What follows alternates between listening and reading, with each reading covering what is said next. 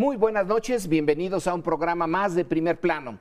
Y en esta ocasión titulamos el primer segmento La ópera de los 2 centavos. Ustedes recuerdan que hay una ópera de Bertolt Brecht con ese título y aquí digamos que la vivimos de una manera un poco distinta.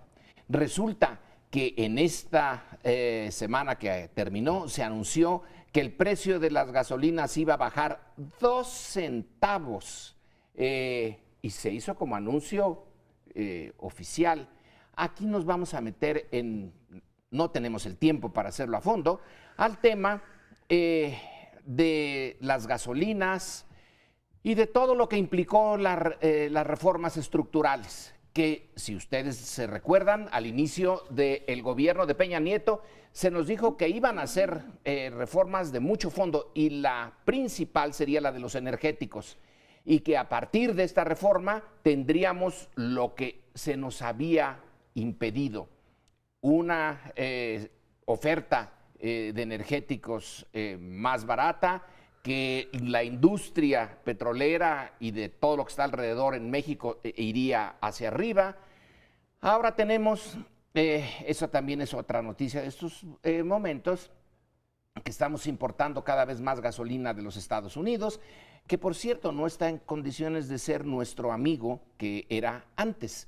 Tenemos una dependencia en alimentos cada vez más grande, tenemos ahora una dependencia en combustibles. ¿Dónde queda el interés nacional y las ofertas que se hicieron al respecto? Ese es el tema.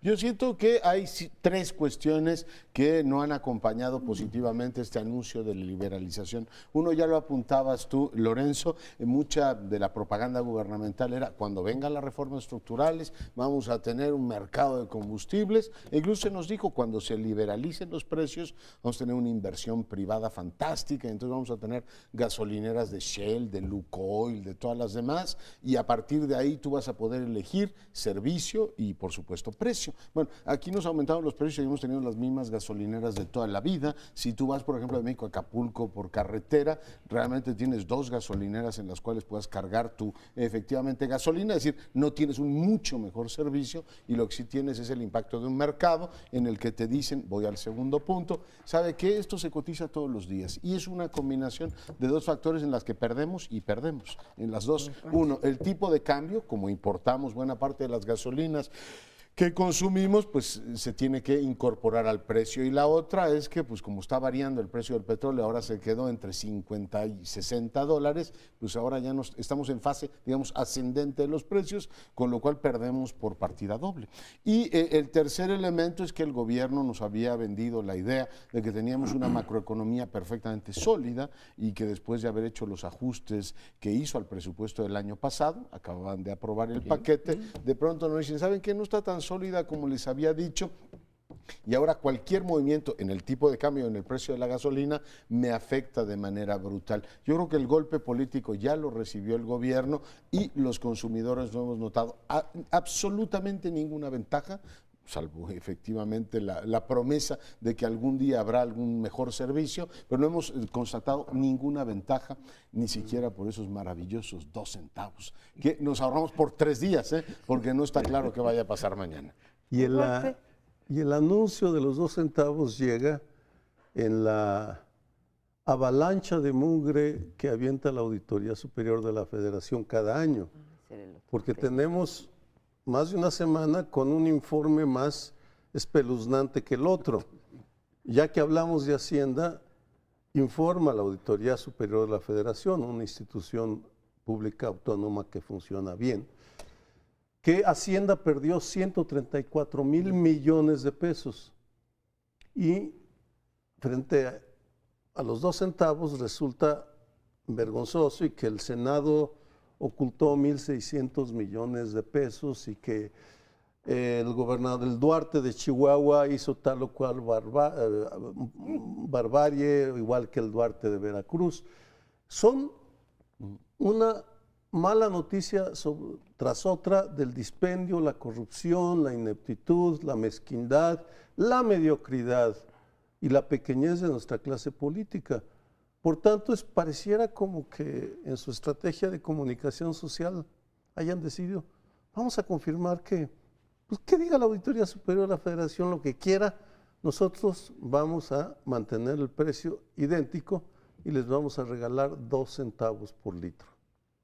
Nos los van a regalar, como dice, temporalmente, por unos días. Yo creo que la realidad que viene es que van a liberalizar el precio de la gasolina y subirá y bajará, pues de acuerdo a la cantidad que importamos más el precio del petróleo.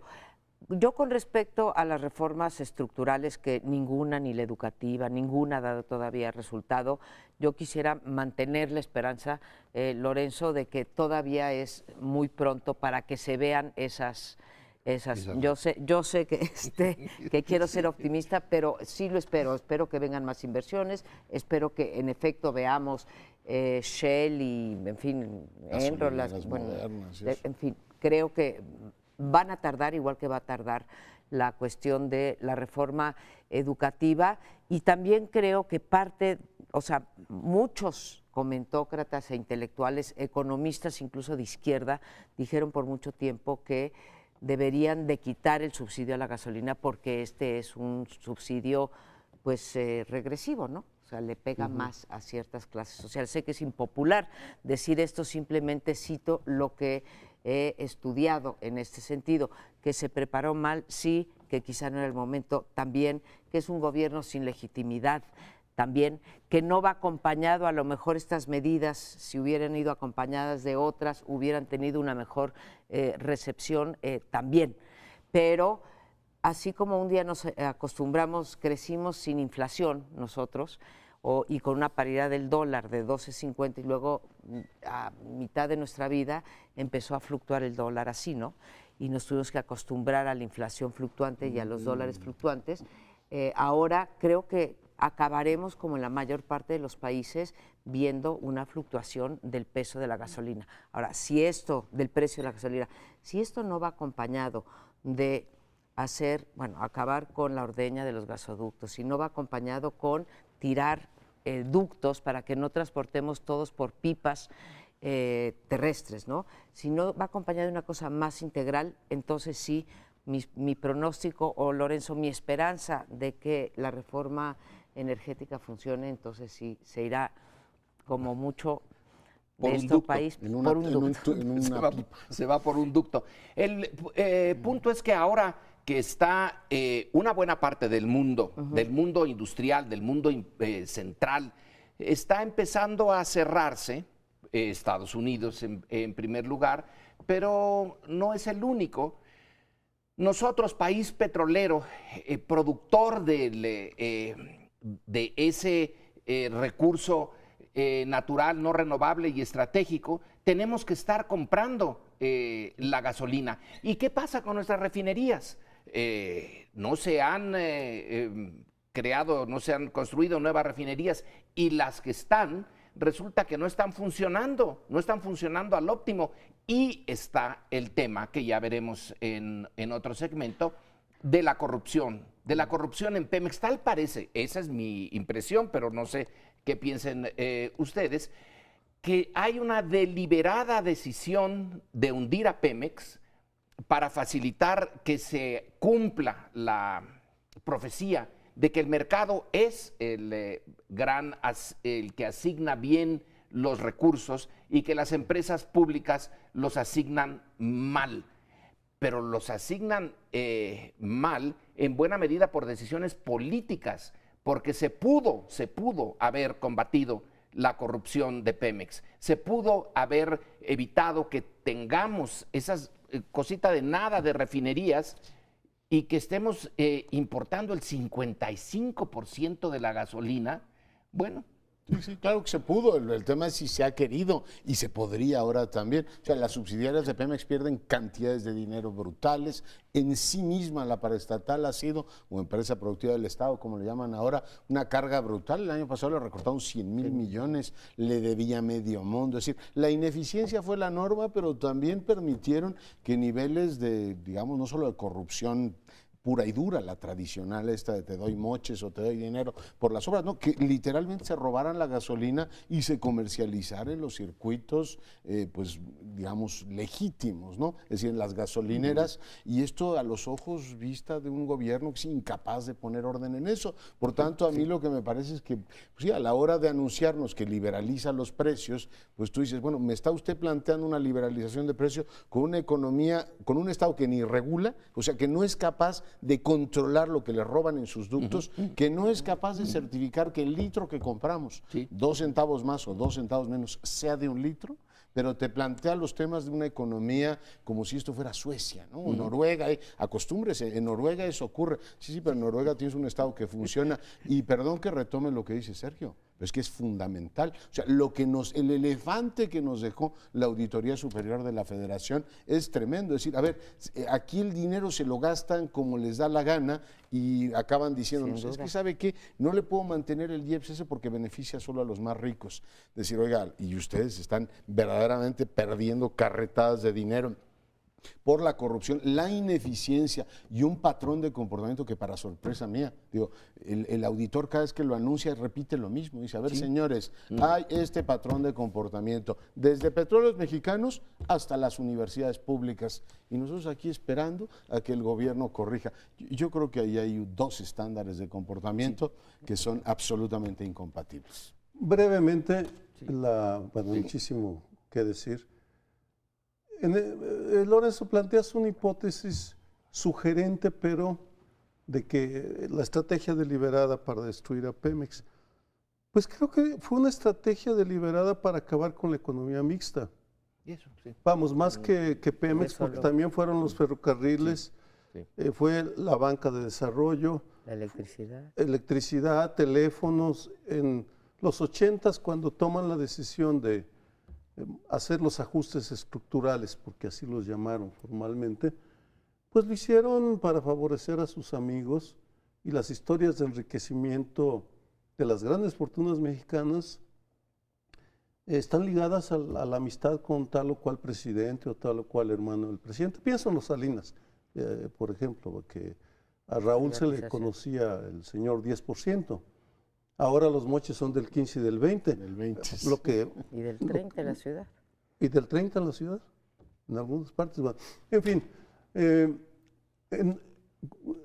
parafraseando Vargas Llosa, ¿cuándo se jodió el México? Sí.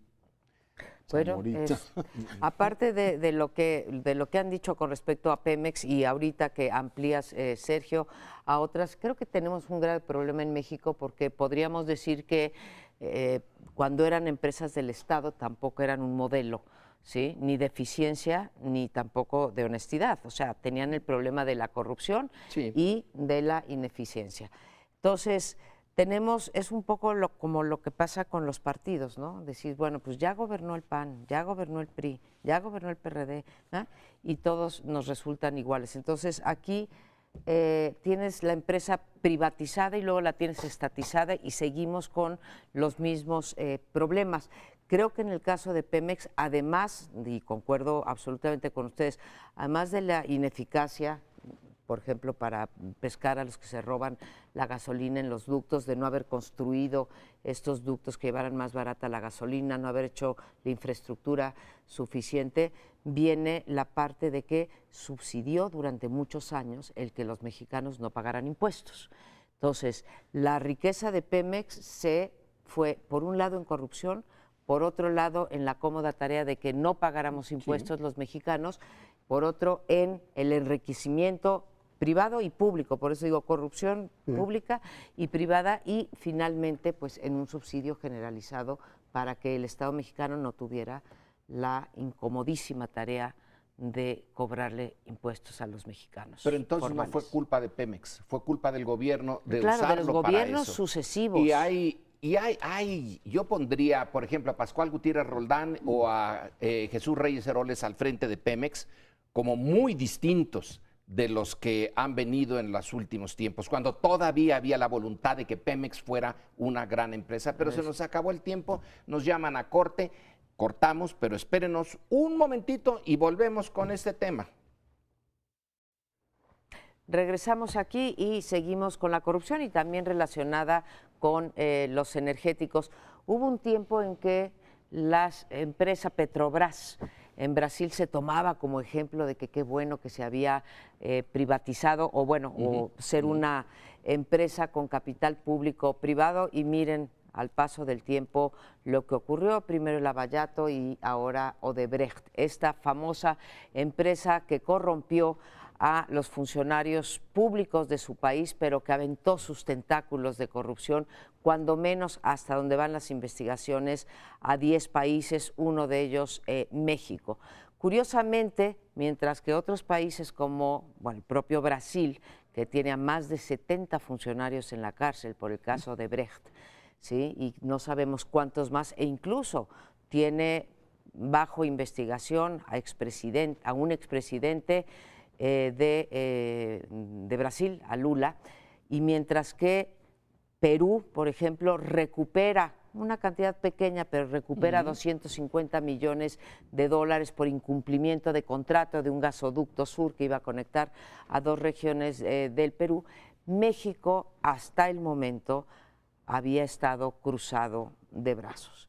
En realidad, el escándalo de Odebrecht se viene hablando hace tiempo de él, pero muy en particular desde noviembre del año pasado, pues una corte de Nueva York dijo claramente que tenía una serie de testigos que, para bajar sus penas, ¿sí?, revelaron que a 5 funcionarios, altos funcionarios de Pemex, se les había dado 10.5 millones de dólares.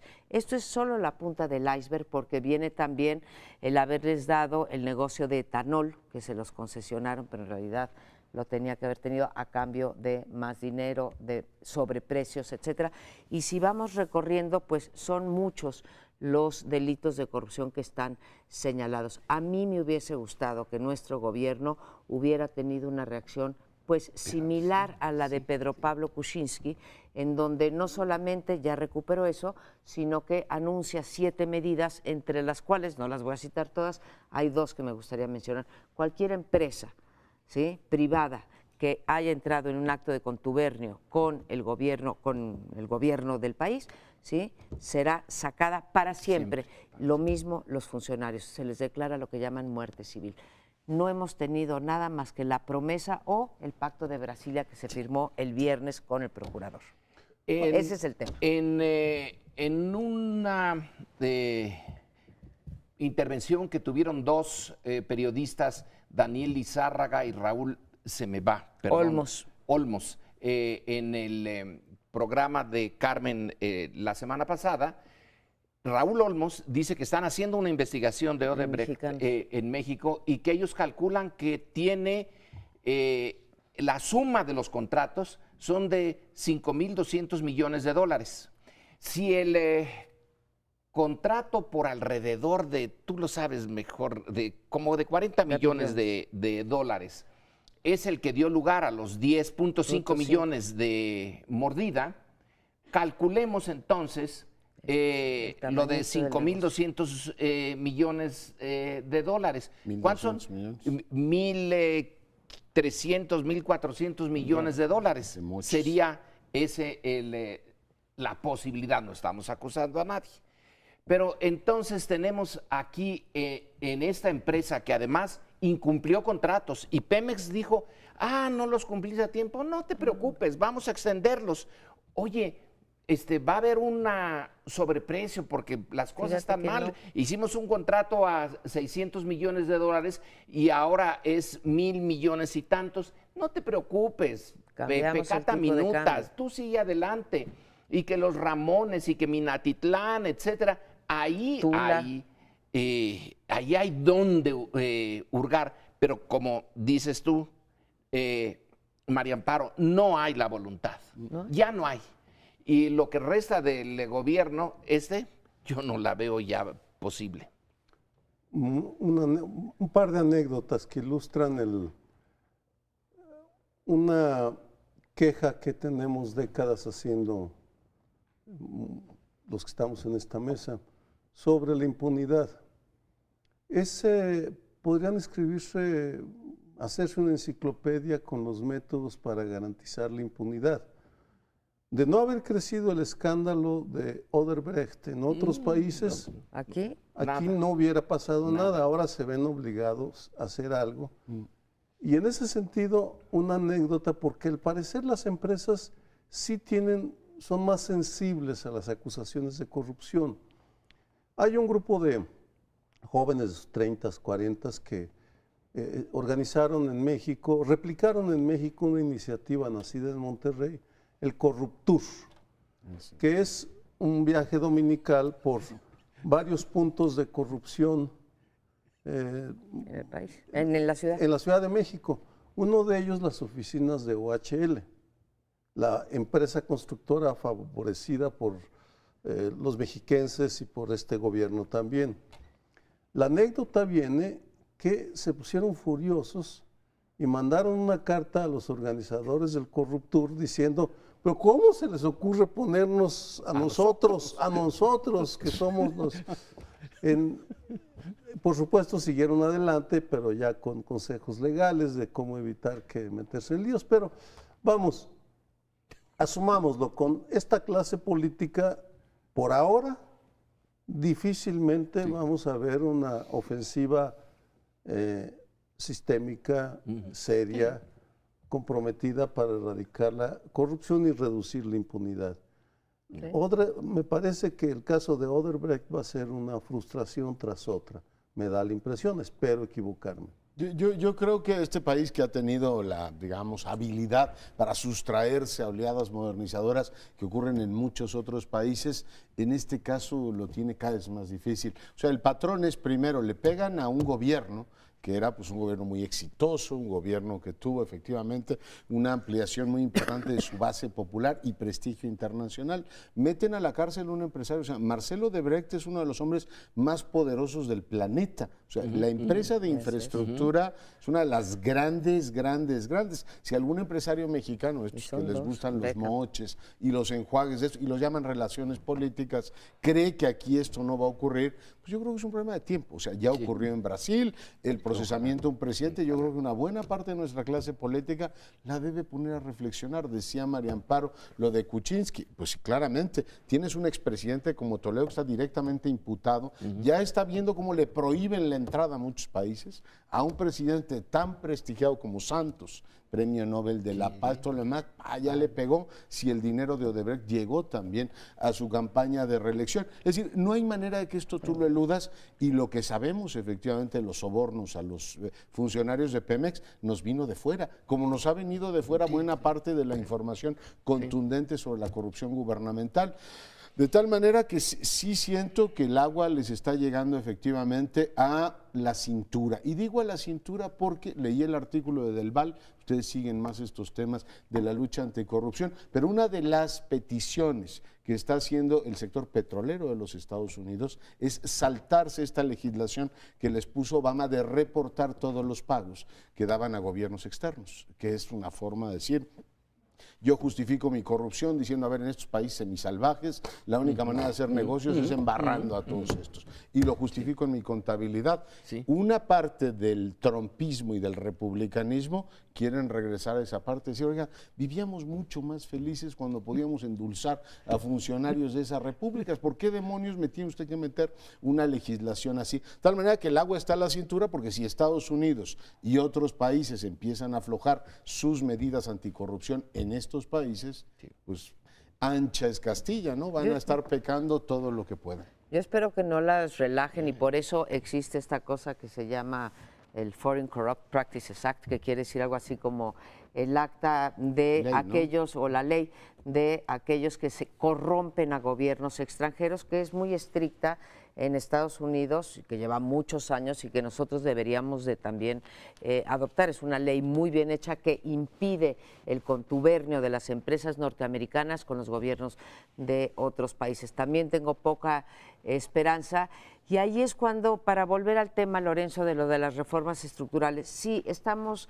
vendiendo el Sistema Nacional Anticorrupción, y qué bueno que se haya hecho. Creo que la sociedad civil pudo meter ahí su cuchara y hacerlo más robusto, más autónomo, sobre todo con más herramientas y dientes. Se cambiaron los delitos, pero también, otra vez, es una reforma estructural que va a tardar mucho tiempo en dar frutos, que creo que es la pelea que tenemos que dar ahorita. Una cosa es la cuestión legislativa e institucional, que tenemos que comprender los mexicanos, que lleva tiempo, pero vaya, si tienes alguna voluntad, acompáñala de medidas que sí están dentro del ámbito de facultades, ya que tenemos un Ejecutivo tan fuerte, de facultades del Ejecutivo, y muestra que tienes la voluntad para hacer esto. Por eso sacaba yo el caso de Pedro Pablo Kuczynski. Sí hay muchas cosas que este gobierno, que Hacienda, que Los Pinos, que Relaciones Exteriores, que Energía podría hacer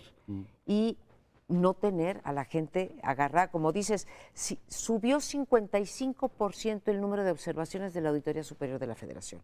Por lo tanto, hay 55% más de corrupción. Así y de bueno, fácil. están unos comentarios sobre la Auditoría Superior de la Federación, que es te deja un sentimiento agridulce porque, por un lado, sacan toda la información y algunos de sus estudios son espléndidos. Por el otro, sabes que no van a tener impacto porque dirán lo que quieran Los Pinos y Hacienda y Videgaray y todos ellos.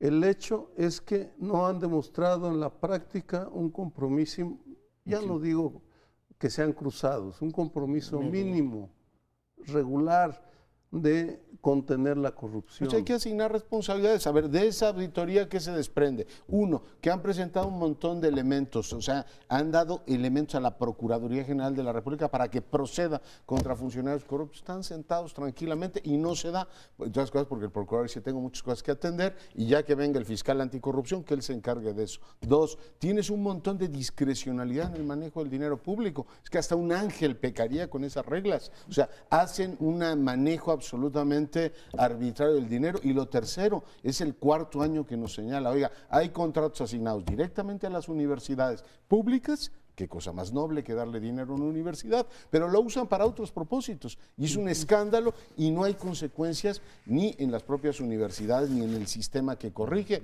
Por tanto, el auditor sale y dice, ojo, aquí hay un montón de problemas, a ver quién los atiende, y no tienes esa consecuencia en el acto legal o político, ¿no? Y por eso seguimos corrompiéndonos, nos vamos a tener que ir, pero no sin antes recordar que por tercera ocasión se cumple la fecha en la que el Senado tiene que nombrar al fiscal anticorrupción y no lo nombra. Tercera posposición. Ojalá nos pudieras contar luego por qué no lo nombran. No lo sé, pero dicen que no lo quieren hacer apresuradamente, Tercera igual que llamada, pero bueno, 3 veces. Nos vamos a un pequeño corte, regresamos en un momento. Donald Trump lleva un mes en la Casa Blanca, parece una era geológica, pero es solamente un mes. Los optimistas dicen, bueno, ya ha transcurrido un mes, solo nos quedan 3 años con 11 meses de esta tortura. El balance no puede ser menos alentador. Pongo 3 líneas sobre la mesa. Uno, ha generado un desastre en el gobierno norteamericano. Hay, por supuesto, una serie de elementos, desde la caída de su secretario, del consejero de Seguridad Nacional, hasta la caída de su secretario, el que propuso como secretario del Trabajo, cosas porque había contratado un indocumentado, lo cual no deja de ser una atroz ironía. Pero bueno, hay un conflicto muy serio de lo que es, digamos, las poleas, los cables, el funcionamiento de la administración norteamericana. Segundo, tenemos un presidente que ha venido haciendo enredos que sus subalternos han tratado de restaurar, desde la relación con Japón hasta el discurso de Pence en Múnich este fin de semana, diciendo, a ver, lo que dijo el presidente sobre la OTAN no se lo tomen al pie de la letra, vamos a seguir con nuestros compromisos internacionales. Al que no sueltes a nosotros, o sea, con México verdaderamente ha mantenido una línea constante, bueno, a nosotros y a los medios de comunicación, aunque debo decir con ironía que los medios de comunicación están felices porque un día sí y un día también los critica, y han aumentado los periódicos su circulación, las televisiones, vamos, hasta yo veo CNN en inglés, imagínense cómo estarán las cosas, es decir, han aumentado sus audiencias en la medida en que, bueno, pues todos los días el presidente les ofrece un golpe o un elemento suculento para comentar. Ahí dejo las cosas. En el tema de los medios, ya digo, se ha mantenido muy firme, y en el asunto de México, pues no remite. Esta semana tendremos la visita de Tillerson, y a ver si efectivamente, tanto en el tema del muro, como en el asunto comercial, como en el asunto de las deportaciones, y el que viene, que es el asunto fiscal, la posibilidad de que baje dramáticamente los impuestos allá en los Estados Unidos, sería un golpe brutal para el gobierno mexicano. A nosotros, después de un mes, los optimistas decían que nos iba a soltar, pues eso no ha ocurrido. ¿Cómo ven el mes que nos ha tocado? Yo agregaría uno que faltó.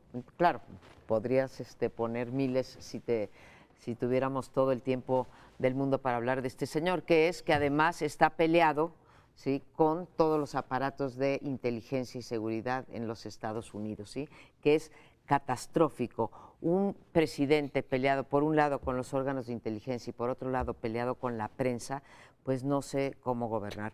Lo de la prensa, ¿cómo va a poder gobernar? Lo de la prensa es una cosa realmente muy notable, bueno, tanto que John McCain ha tenido que salir a decir: así empiezan las dictaduras, ¿sí?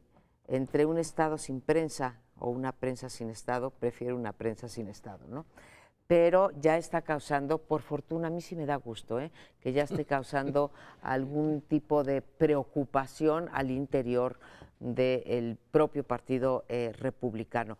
No hay quien lo pare, vendrá el Congreso, ahí es donde ves las limitaciones del Congreso como contrapeso en un sistema presidencial, pero lo que augura el señor Trump es no solamente el fin de un conjunto de principios que funcionan bastante mal a nivel internacional, pero que cuando menos están ahí como faro de guía, ¿sí?, que son la multiculturalidad, la no discriminación, el derecho internacional, y nos está llevando a donde él quiere. Ahora, no nos llamemos a engaño. Yo estaba revisando el otro día un reporte del Pew Center que acaba de salir, y sí, es el presidente que tiene menor popularidad al mes, pero la mayor parte de sus votantes, desgraciadamente, volverían a votar por él. Sí, le apoyan, y le apoyan con entusiasmo. Un voto es un voto, pero el voto dado así a la ligera y el voto comprometido, este es el voto comprometido. También te faltó otra cosa, Leonardo. Trump pidió que se hiciera una revisión de todo lo que se le ha dado a México. Ah, sí. Eso nos pasa por andar recibiendo migajas de los norteamericanos. Nunca debimos de haberles aceptado nada. Yo recuerdo de un funcionario de Relaciones Exteriores que dijo: pero es que nos van a dar Black Hawks, los helicópteros esos. Cada vez que te den el gasto principal en seguridad, si es que la tenemos, lo hace México, y lo hace con del 90 y tantos %. Estados Unidos da una cosita de nada que a veces se la regresan, porque el darte los helicópteros que ellos hacen, pues es en cierto sentido un círculo, y que ahora va a pedir que todas las agencias norteamericanas le hagan un reporte de lo que se le dio a México. No se lo pide a otros países, se lo pide a México. ¿Qué es lo que indica? De manera indirecta, no confío en que lo hayan usado bien. ¿Y por qué no confío? Y ahí volvemos a lo que hemos estado hablando en los otros dos segmentos, por la corrupción. Si la corrupción tiene además el talón de Aquiles frente a Trump, como si no tuviéramos suficientes, como si no dependiéramos en nuestro comercio exterior, dependiéramos en la gasolina, dependiéramos en los alimentos. Ahora nos va a exigir cuentas de eso poquito que dio, y yo me temo que algunas de esas cuentas no van a salir. Yo tengo un balance ligeramente o diferente al que ustedes hacen sobre el primer mes de Trump. Creo que está a la defensiva y que está mostrando señales de desconcierto porque su retórica no logra hacer que la realidad le obedezca, vamos. Si uno revisa, sigue por supuesto con la misma retórica, en eso no ha cambiado, pero tenemos, están un buen grupo de sus funcionarios está haciendo como en el sexenio de Fox, teniendo que interpretar lo que dijo el presidente para apaciguar a los europeos. A Irak fue ya creo que el secretario de Defensa, a decir no queremos su petróleo de ninguna manera. Lo que dijo el presidente no es cierto. Y se está generando una alianza que recuerda a los años de Vietnam, cuando los servicios, el aparato de seguridad se dividió, se fracturó en sus lealtades y empezaron a filtrar información a los medios de comunicación. Los papeles del Pentágono, por ejemplo, My Lai, todas esas historias. Y lo que estamos viendo es una catarata de información que alimenta, o sea, CNN, Washington Post, New York Times sobre todo, que están logrando no solo incrementar su circulación impresa, sino su circulación digital. Súbitamente son los dos medios que están logrando, que ya encontraron la clave a cómo pasar de la edición impresa a la digital de una manera muy inteligente. Muy inteligente y notable, sí. Es notable. En consecuencia, podría seguir dando algunos ejemplos. Creo que son tantas las resistencias que está enfrentando que está teniendo que dar marcha atrás en una cosa o en otra, lo cual lanza señales de que no tiene claro lo que quiere. Por supuesto que tiene a su 33% que lo apoya, pero el 66% está movilizado como en los años de Vietnam también. De una manera diferente, pero porque los referentes son diferentes. Salud, por ejemplo, ahora que decían el Congreso, tienen esta semana libre en Estados Unidos, van a enfrentarse a organizaciones que les exigen qué va a pasar con con el Obamacare, con sus seguros de salud. Yo no estoy, vamos, es un mes, puede cambiar, pero las fisuras en la nave trumpiana son cada vez más evidentes y ahora, bueno, que México le sigan dando, pues eso es responsabilidad de los mexicanos, tanto el gobierno como la sociedad, que no estamos protestando lo suficiente. Sí, sí, tiene razón y efectivamente está fracturado. Agregaría un elemento que es la movilización de los latinos en muchas ciudades, que fue muy exitosa en materia de decir, a ver, aquí estamos, y hay sectores completos que decidieron solidarizarse con ellos, efectivamente dependemos de esa mano de obra, y ellos pues con sus capacidades están tratando de defenderse. Agregaría un punto más a los muy interesantes que han señalado, con los que estoy totalmente de acuerdo, y es que se está perdiendo en los Estados Unidos esta disputa, servicios de inteligencia, gobierno, medios, como la centralidad de lo que es el dato objetivo. Por ejemplo, AP publicó este fin de semana que iban a movilizar 100,000 agentes, la Guardia Nacional, hacia la frontera para apoyar las deportaciones. Spicer el fin de semana dijo, eso no es cierto. Y el problema es que estamos perdiendo el punto cardinal. O sea, ya no sabes qué es cierto si una agencia de tanto prestigio como AP publica eso. Es una filtración de una agencia de seguridad para el golpeteo directo. Yo coincido contigo, María Amparo, que el presidente se esté peleando con los servicios que se supone que lo apoyan. Es un desastre en toda la línea, pero pues estamos perdiendo ya la capacidad de las noticias falsas de ubicar en dónde está la filtración interesada, digamos, para crear un ambiente adverso, a una filtración en la que te dan a conocer datos precisos, por ejemplo, si el señor Flynn habló o no habló con el embajador ruso. Eso resultó ser cierto, pero sí estamos perdiendo mucha capacidad de orientarnos. Un añadido muy breve para... El New York Times sacó un reportaje sobre la revisión que están haciendo cuando se entra a Estados Unidos de los celulares. Sí. Y lo que dice es legal que lo hagan. El dueño del celular puede decir que no, pero se va a arriesgar a que no te dejen entrar. A que no te, bueno, a que te la hagan pesada durante varias horas. Pero hay un compromiso de informar en todos esos temas. Perdón, María Amparo. No, está bien. Quería agregar nada más dos cosas. Uno, lo que está diciendo Lorenzo, que es muy importante, porque va a operar como, ¿se acuerdan la época en donde certificaban a México? Sí. Esto que está diciendo es una especie de certificación vuelta. y no nos De extrañe vuelta a la que certificación. a la vuelta de unos meses digan que van a tener que certificar. Y dos, pues por lo que va a optar Trump es por una cosa directa como aló presidente en Venezuela, una relación directa que no pase por ninguna agencia noticiosa, lo cual no sabemos qué. Pero la es lo que patología ahora ocurre. les está beneficiando a ambos, no perdamos de vista esto. Para los medios es una golosina esto de tener al presidente todos los días torpedeándolo, así es que espero que ese modus vivendi en algún momento se rompa. Vamos a hacer una breve pausa, regresamos en un instante. Pues podemos cerrar febrero con un optimismo mesurado sobre una mejoría en la atención a las víctimas de la violencia criminal. Resumo la historia.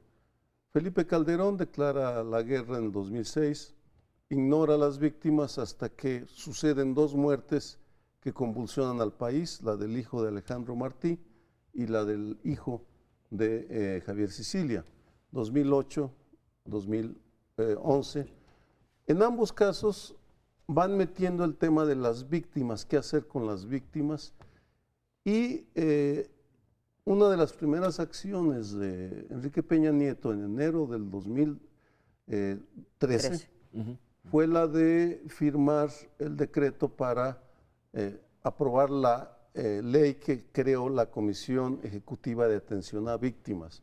El diseño fue fatal, nefasto, no funcionó, había 7 jefes, de hecho 7 comisionados, cada uno de los cuales era jefe, se repartieron la institución y evidentemente no funcionó. El año pasado empezó, ante la catástrofe de que no estaban siendo atendidas las víctimas, desaparecen a la antigua CEAV y se arma una nueva ley, pero ya consultando a las organizaciones de víctimas. Fue un forcejeo, no doy demasiados detalles, pero finalmente hace unos días el presidente Enrique Peña Nieto propone al Senado a Jaime Rochín, que era el que queda al final, el que cierra, el que apaga la luz, vamos, de la CEAV en octubre del año pasado. Lo importante de esa nominación es que fue hecha en consulta con las organizaciones de víctimas. Eso es lo fundamental. Vamos, así escucharon no por primera vez. Es uno de esos raros casos en los cuales escuchan a los afectados y probablemente si todo sucede va a venir un proceso de reconstrucción de un organismo que es indispensable porque hay centenares de miles de víctimas que no están siendo atendidas. Me da muchísimo gusto escucharte, sí, que estés lleno de optimismo por este...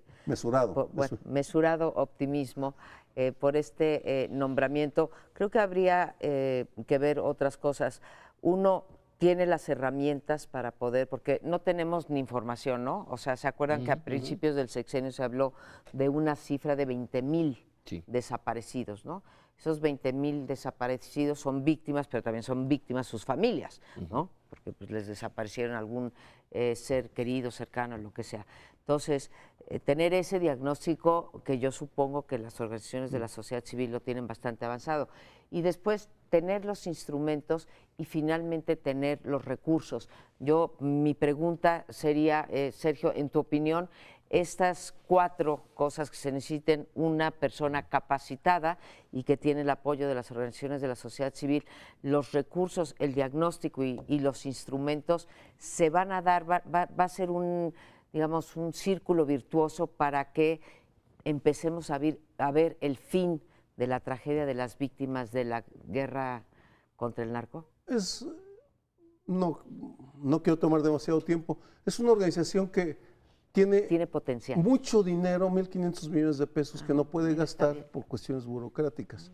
Entonces tiene recursos. Lo importante es que se hace con consenso con los afectados. Eso es la parte más relevante de esta historia. Hay la posibilidad, por supuesto, puede salir mal, nada está garantizado, pero al menos hay un mesurado optimismo. Las víctimas, el conteo grande de víctimas empieza en el 2007, ¿no? Estamos en el 2017. O sea, llevamos 10 años de este fenómeno y apenas ahora, dices tú, se podrá tener alguna esperanza al respecto de saber quiénes, dónde quedaron los responsables. Va a estar bastante difícil dar con ellos. Yo voy a hacer aquí un comercial. Estoy leyendo el libro de Javier Sicilia, El deshabitado.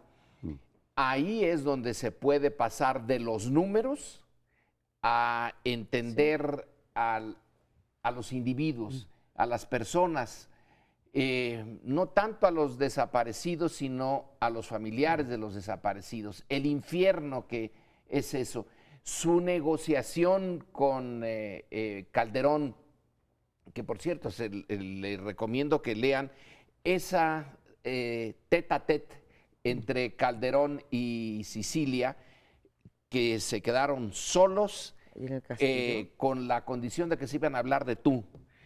Bueno, yo no sé cómo después de eso se puede pensar en que todavía el calderonismo tiene alguna posibilidad, pero se ha tardado todo esto.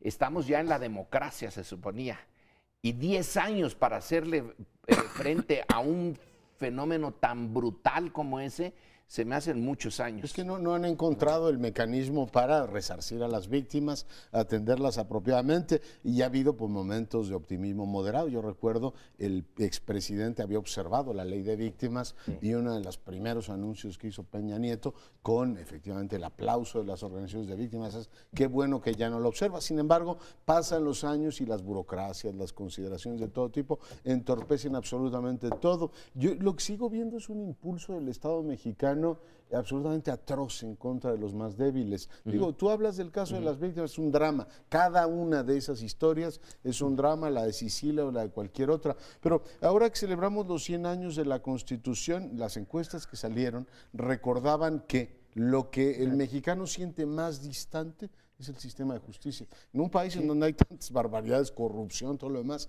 la idea de enfrentarte, o sea, tú ser víctima de un delito y tener que denunciar y después ir a juicio, la gente lo ve eso como si estuviera en checo. Es decir, una distancia atroz entre un Estado que no solo te protege, sino que no solo no te protege, sino que te victimiza en el momento que te tienes que enfrentar a él. Tenemos ahí una, digamos, terrible debilidad, y lo digo por las procuradurías local, lo digo desde las policías que se ensañan con los jóvenes más desvalidos, mientras más pobres en esta ciudad, la posibilidad de que te pasen por encima es atroz, es mayor. En consecuencia, esta situación atroz nos lleva efectivamente a ver que pues, vivimos en un universo de fieras que van contra los más débiles. Y no veo un impulso pues sano, saludable para decir hay que frenar todo esto, independientemente de que ahora podamos atender, que creo que es un reclamo perfectamente justo, a las familias de las víctimas, ¿no? Potencialmente todos somos víctimas y dependerá de tu capacidad de relaciones públicas, de tu capacidad de gritar, de tener influencia en medio para que te atiendan más y mejor. Pero tenemos un aparato de justicia que se puede lanzar a proteger a un corrupto en contra, por ejemplo, de un honorable comentarista, simplemente por un delito de opinión. Es decir, el sistema de justicia que está llamado en el debate sobre Trump también es importantísimo eso, se lanza contra la judicatura y el propio nombrado por él para la Suprema Corte dice, oiga, con eso no se meta. Si un sistema de justicia honorable sigue siendo la asignatura pendiente de este país. De esta experiencia la amplió a otros casos y creo que ya podemos hablar de un patrón en México de que no es un caso aislado. En la medida en la que la sociedad organizada se une dentro de su diversidad, periodistas, académicos, activistas, para empujar cambios, pueden lograrse algunos éxitos. No quiero sonar así como Disneylandia o Inelandia. Y es mejor que se logren a que no se logren, claramente. Pero el caso, leí en Proceso, otro comercial, Proceso de ayer, un texto sobre el Sistema Nacional Anticorrupción elaborado por Pedro Salazar del Instituto de Investigaciones Jurídicas, y Sergio López Ayón, el director del CIDE, y hablaban del papel de sus instituciones en lograr, María Amparo estuvo metida hasta el fondo en ese proceso, para lograr una cierta, no sé si mesurada o tímida, esperanza, pero la posibilidad de que no sea un procedimiento amañado con cuotas para los partidos. Mira, qué bueno que lo mencionas porque realmente sí fue un comité seleccionador realmente ejemplar como trabajaron en términos de entrevistas, transparencias, currícula, balance de género, de profesión, en fin, creo que fue ejemplar, yo los felicito, pero el punto central que toca Leonardo, lo del sistema de justicia, yo creo que ahí ese es el último eslabón y es donde siempre nos atoramos. Para mí, o sea, corrupción, si no hubiera impunidad, pues no importa que haya corrupción porque entonces acaban castigados.